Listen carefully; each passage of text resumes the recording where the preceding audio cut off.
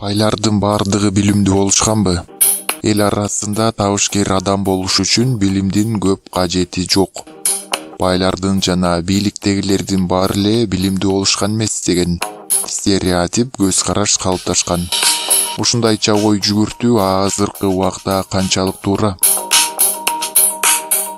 Мисалы 2018-жылы Forbes рейтинги боюнча аныкталган дүйнөдөгү эң бай 3 адамдын билим даражасы төмөн болгон деп айта албайбыз.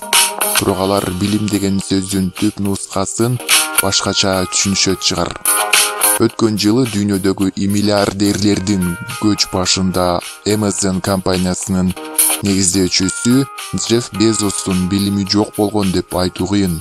Анын окууга, билим алууга болгон аракети жогору болгон. Мектеп жашында физика сабагын сүйүп окуган. Ал бош убакытын оюн зоокко эмес, унаа оңдоочу жайда куралдар аркылуу техникалык каражаттарды жасап өткөргөн. Кийин ал Нью-Джерси штатында жайгашкан АКШдагы эң сапаттуу окуу жайлардын бири Принстон университетине өткөн. Башында Джефф физика факультетине эмес, программалоо бөлүмүнө тапшырганына өкүнгөнү менен компьютер менен тез тил табышып кеткен. Андан бери жаш программист илим жолуна түшүп, маалымат ааламына жаңы дем алып келет.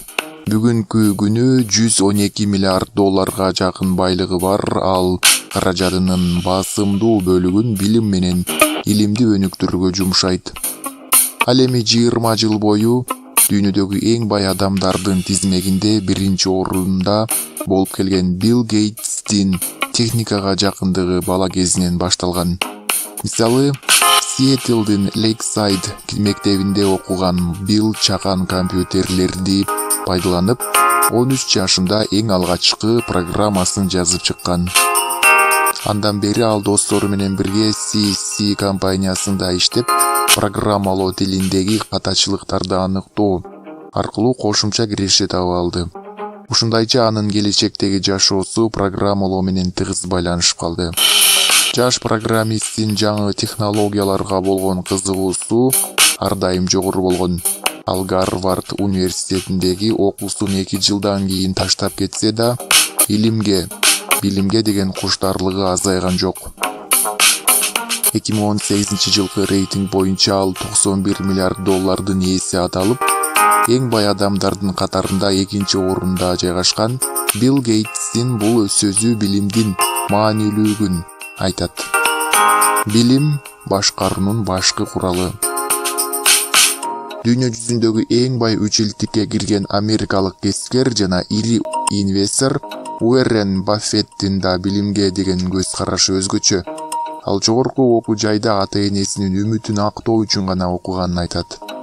Кантсе да 13 жашында киреше декларациясын толтурган баланын билими жок деп айта албайбыз. Анын сыры эмнеде? Ишкердин 3 баласы тең жогорку билим алган эмес экен. Анын айтуусу боюнча адам өзүнө керектүү гана нерсени алып, өзүн өзү өнүктүргөнү оң. Эң мыкты билим өзүңө жумшалган инвестиция деп айтат $90 миллиард барабар байлыгы бар дүйнөлүк кесипкер Уоррен Баффет. Ооба, ар бир адамдын билиминин булак көзүнө, анын маанисине берген баасы ар түрдүү. Дүйнөнүн 3 миллиардери да билим алууну ар башка түшүнөт. Алар өздөрү окуган окуу жайларын унутпаганы менен билимге, таанып билүүгө, илимге өзгөчө маани беришкен. Ошондуктан кирешенин сырын билим менен байланыштырбай, адамдын багына гана баалоо катачылык чыгар.